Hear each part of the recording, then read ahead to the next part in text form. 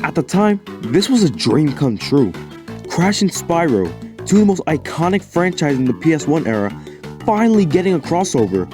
Crash Purple and Spyro Orange. The commercials for these games look fucking awesome. Spyro and Crash are doing something they've never done before.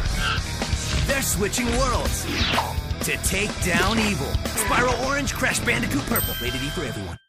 However, my first concern is right here. This game was only on GBA, no home console release, which means the possibilities are somewhat limited. I mean, Crash has some decent GBA titles. As for Spyro, well, it was Spyro alright. Who knows, maybe Crash Purple will be good. Okay, I'ma just say it, this game is fucking atrocious. Let's start with the story. Cortex and Ripto are trying to take over the world, but they need to stop Crash and Spyro from stopping them. To do this, they disguise Riptox as Crash and Spyro to start shit, so Crash and Spyro would blame each other for the issues. What the fuck? You can trick Crash with that, but Spyro is not fucking stupid. He wouldn't believe that at all, and holy shit, it's working. What the fuck? This story is a fucking mess. Gameplay time. Alright, a platformer, right? Well, we start off some big ass hub world. This is unnecessary. Getting to the level portal is a fucking chore because how big the hub world is. To unlock levels, you need Wumpa Fruits. Wumpa Fruits are used for currency this time around.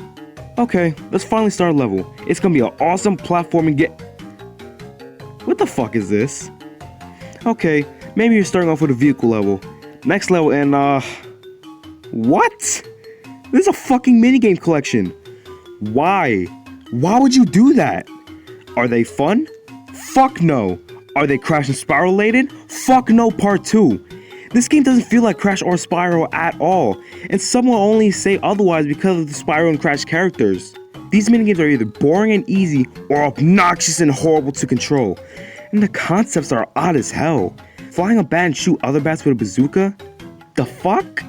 Jetpack flying and polar bear riding? Okay. But my favorite one is shooting sheep with a fucking bazooka to prevent them from running up to nitro, thus blowing themselves up even though they're gonna die either way? What the fuck is wrong with this game? Every single minigame is terrible. None are good or at least fun at all. The worst has to be the tank. Fuck the tank. These controls are terrible and probably one of the worst experiences I've ever had in a Crash game. After beating minigames, you get crystals. Break all the boxes in certain minigames and you get gems. The gems are a waste of time. To be fair, so are the crystals, but that's because I don't want to play this shit anymore. There are 4 worlds and 4 bosses. Spyro, Tiny, Nina, Ripto, and Cortex as a secret boss for 100%. These bosses ain't shit. Enough said. Can I note that this game is fucking ugly? The graphics are terrible in this game. The cutscenes look okay, but the in-game graphics are disgusting.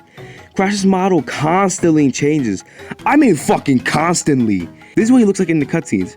Okay, fine. This is what he looks like in the cover art and commercial. Is that the Twinsanity design? I mean, Purple came out the same year as that game, but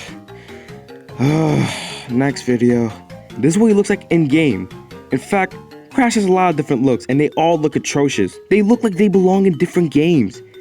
Look at Crash in this Bat minigame. Just fucking look at him! The worst part of this game has yet to come. Remember when I said that Wumpa Fruits are used to unlock minigames? Guess what? They're also used to buy trading cards. What the fuck? You get trading cards by either beating bonus minigames, fighting them through the hub world, or by getting them for money bags. In order to 100% this game, you need all the Crash and Spyro cards. Playing Crash Purple more, you get all the Crash cards. But how do you get all the Spyro cards? Do you really want to know? Okay. You get them by playing Spyro Orange. Yes, in order to 100% one game, you need the other as well. In other words, this is only half the game. What the fuck is wrong with you, Vicarious Visions? This is a fucking kids game and you expect them to own both games to 100% one if they're going for 100%? Brand new video games are expensive. Kids can barely afford one, but you expect them to buy both? GBA games at the time cost $30 to $40. At most, you're gonna need $80 fucking dollars to 100% these games. Fuck off. Fuck right off. Imagine if these games were home console. I don't want to know how much a kid or their parent had to pay if that's the case. I did not expect Vicarious Vision to be hungrier for money than fucking moneybags. How fucking dare you pull shit like that? These people work really hard for their money, and they expect good shit when buying shit like this. But since both the games suck, not only is it a waste of money, but it's also a waste of fucking time.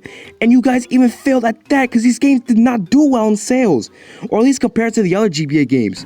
Hold this fucking L, Vicarious Visions. Matter of fact, hold 2 L's. Avoid this game like the plague. There is nothing redeemable about this game at all. It's an ugly, dull, dysfunctional, money-grabbing game that shits on not one, but 2 franchises at once. And fuck the developers for ruining a great concept. Don't play this game. Don't even think about this game. It's one of the worst games I ever played, and it's one of the worst Crash games ever made. And you wanna know the saddest part about it? We haven't even gotten to the worst one yet. Yeah, there's more that are actually worse than this shit, and I find that to be impossible. God, I hope the next game is better. What's next? Crash Twinsanity. They're working together, but they don't have to like it. Playtime is over!